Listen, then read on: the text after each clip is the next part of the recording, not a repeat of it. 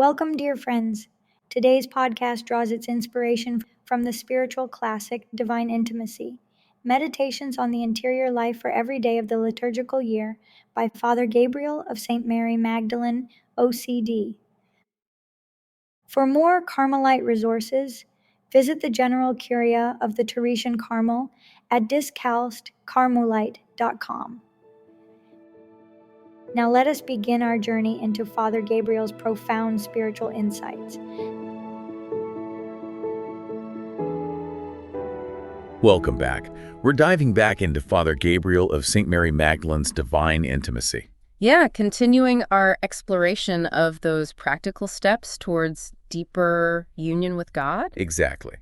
The steps Father Gabriel lays out for us. It is a journey of the heart, isn't it? Mm-hmm. One that really requires, I think, attentiveness Yeah. and a willingness to cultivate certain practices. Precisely. And today we're looking at Meditations 16 and 17. Okay. These focus on guarding our senses and cultivating interior silence. Right. Now, these might seem kind of challenging. Oh, yeah. Especially in our world today.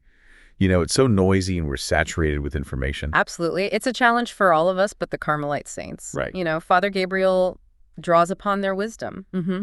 And they found that these practices were really essential for deepening their relationship with God. And these aren't just practices for, people in monastic life. Right. These meditations speak to all of us. Absolutely. Who desire to hear God's voice more clearly. So let's start with this idea of guarding the senses. Okay. Father Gabriel uses a very striking analogy. Okay. He compares the soul to a marketplace. And he's drawing this from the Gospel of John, chapter 2, verse 16, right, where Jesus says, "Make not the house of my Father a house of traffic." It's a powerful image, isn't it? It is. To think of, imagine the clamor and chaos of a marketplace. Right. If all the doors are flung wide open, Yeah.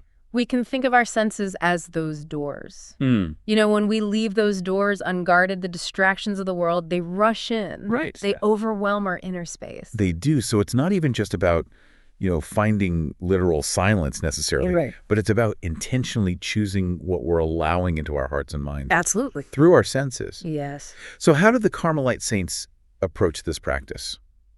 Well, St. Teresa Margaret of the Heart of Jesus. Okay. Now, she was a Carmelite nun. And she believed that mortifying the senses was crucial for maintaining recollection in God.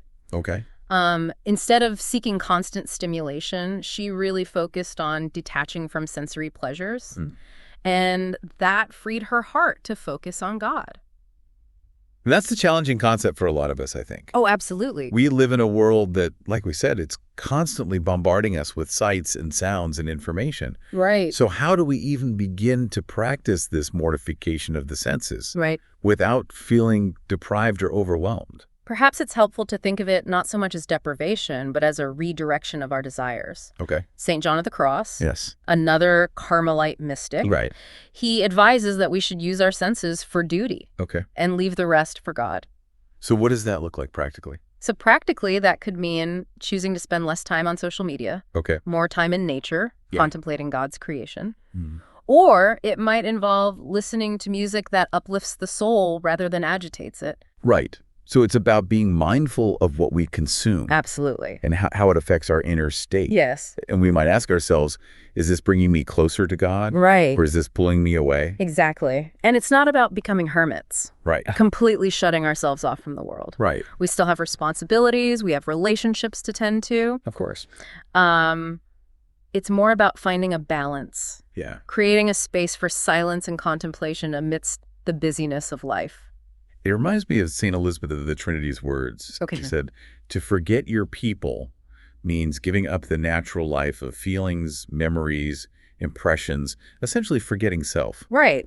When the soul has broken with this self, God takes pleasure in its beauty. It's about letting go of our ego's constant demands for attention Yes. and allowing God to be the center. And that's where this idea of interior silence comes into play, wouldn't you say? Yeah, I think so. We can't hear God's whispers if our minds are constantly chattering. That seems like a natural transition. Yes. We've talked about quieting the external noise through guarding our senses. But what about the noise within? Right. How do we begin to cultivate that inner stillness? Well, in the book of Proverbs, chapter 10, verse 19, Okay. we read, "In the multitude of words there shall not want sin, but he that refraineth his lips is most wise." And this speaks not only to the words that we speak aloud, Okay. but also to the constant stream of thoughts that can clutter our minds. So it's about being mindful of our thoughts, not just our words and actions. Precisely. Father Gabriel emphasizes that true silence Okay. encompasses both the exterior and the interior. It's about quieting the chatter of the mind, stilling the restless waves of our thoughts, so that we can hear that gentle whisper of God's voice. It isn't about becoming completely thoughtless or emotionless. It's about creating a space within us where God's presence can be the center, the still point, I guess you could say, around which our thoughts and feelings revolve. So how do we practically begin to create that space, especially when our lives feel so full of noise and distractions? Well, Father Gabriel offers us some guidance in the colloquy at the end of these meditations. And he encourages us to begin by turning to God for help, acknowledging our need for his grace. So it's not about relying solely on our own willpower or effort. Right. But we need to invite God into this process of cultivating silence. Exactly. Okay. And the colloquy starts with this beautiful plea, "O Lord, place a guard upon my senses that I may never be separated from you. Help me exercise mortification over my sight, my hearing, and my speech, so that my senses are free to seek you alone." It's a recognition that our senses can so easily become attached to things that pull us away from God. And we're asking for his help in reorienting them toward him. Exactly. And then the colloquy incorporates this powerful prayer from the Rule of St. Benedict. Okay. "Lord God, King of heaven and earth, deign to direct and sanctify, rule and govern my heart, my body, my thoughts, words, and deeds in your law, so that now and forever, by your help, I may attain salvation." It's a prayer of complete surrender, isn't it? Yes. Inviting God to take charge of every aspect of our being. And it highlights, I think, that interconnectedness of our interior and exterior lives. Right. When we surrender our hearts to God, that transformation ripples outward, affecting our thoughts, our words, our actions. And colloquy continues with a humble confession of our weaknesses. It says, "Oh my God, I know that my loquaciousness, idle thoughts, and wasted time on creatures only leave my soul dry and empty." It's an honest admission, isn't it? It is. That we often seek fulfillment in fleeting things, only to find ourselves feeling empty and unfulfilled.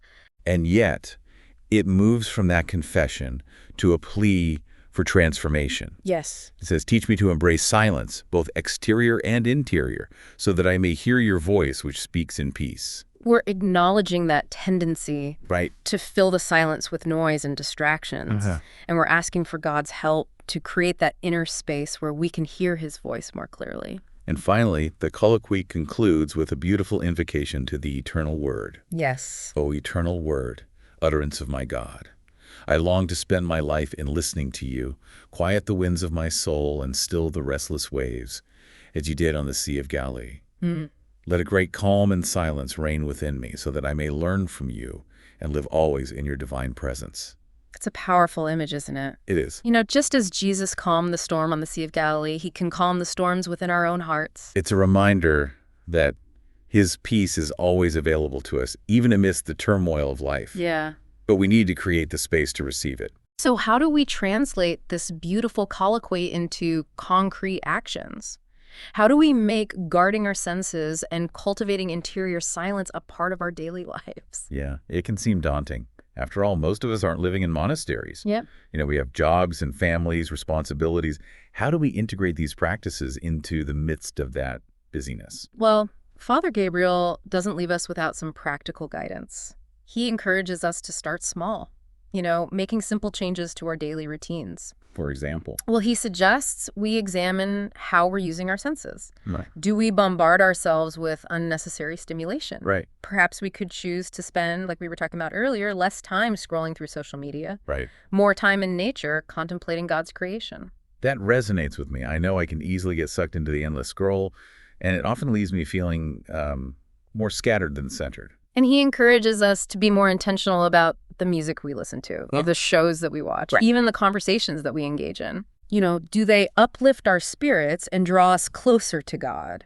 Yeah. Or do they agitate our souls and pull us away from Him? He even suggests practicing small acts of mortification of the senses throughout the day. Yes. I mean, this isn't about self-punishment or deprivation. Right. It's about making those deliberate choices to detach from sensory pleasures. Right. Perhaps choosing silence over chatter at times. Right. Resisting the urge to fill every quiet moment with noise. Or choosing to listen attentively to someone without interrupting. Right. Or offering unsolicited advice. That's a beautiful example. It's about being present, attentive, and focused on the other person. He also encourages us to incorporate a rhythm of silence into our days. Yes. Even if it's just for a few minutes at a time. Right. Finding that quiet space where we can be alone with God. Perhaps early in the morning before the day's demands begin, or during a lunch break, or before going to sleep at night. Yeah.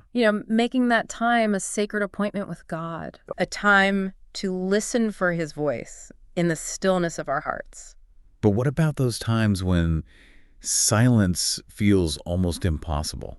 Right. Like when we're surrounded by noise and distractions. Yeah. How do we cultivate interior silence in the midst of the clamor? Well, Father Gabriel suggests that we practice the presence of God throughout the day. Okay. Carrying that awareness of God with us. Right. Wherever we go. So even when we can't physically withdraw to a quiet place. Right.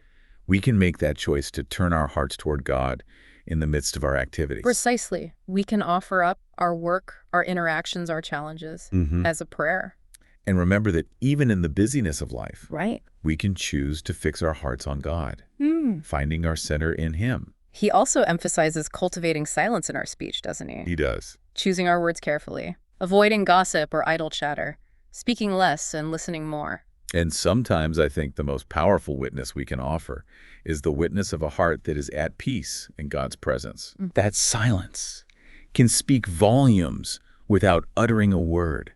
It's in that silence that we often hear God's voice most clearly. Right. That we receive His guidance and strength. Yes. So, as we conclude our exploration of these meditations, I'd like to ask you, what resonates most deeply with you from this conversation? And what message might our listener be taking away from this deep dive? What stands out to me is the emphasis on intentionality. Guarding our senses and cultivating interior silence. These aren't things that just happen. Right. They require conscious choice. Right. A commitment to creating that space for God in our lives. Yeah. It's a beautiful paradox, isn't it? It is. In the silence, in that surrender of our own desires, our own distractions, we open ourselves to a fullness of life that we can never find on our own. Absolutely. It reminds me of St. John of the Cross's words. He said, "One word spoke the Father, which word was His Son, and this word He speaks ever in eternal silence, and in silence must it be heard by the soul." God speaks to us in the depths of our being. Right. But we need to create that stillness to hear Him. And as we cultivate this interior silence, we might be surprised by what we discover. Okay. We might find that God is speaking to us in ways we hadn't noticed before. Right. Through the beauty of creation, through the kindness of others, even through the challenges that stretch us and refine us. It's like we're tuning our hearts to a different frequency. Yeah. A frequency that's always been there, but it's often drowned out by the noise of the world. Absolutely. So Father Gabriel encourages us to approach these practices not as burdens, but as pathways to deeper intimacy with God. Yes. As ways of opening ourselves more fully to His love and grace. It's a journey that unfolds gradually, step by step. It does. We might not experience profound silence right away. Right. But even those small moments of stillness, those choices to redirect our attention back to God, those can make a difference. So for our listener who is seeking a deeper relationship with God, perhaps the invitation is to start small. Choose one area where you can begin to guard your senses. Perhaps limiting your time on social media or being more mindful of the music that you listen to. And create a rhythm of silence in your day. Right. Even if it's just for a few minutes at a time. Find a quiet space. Be alone with God. Listen for His voice in the stillness of your heart. And remember that this is a journey, not a destination. Right. Be patient with yourself.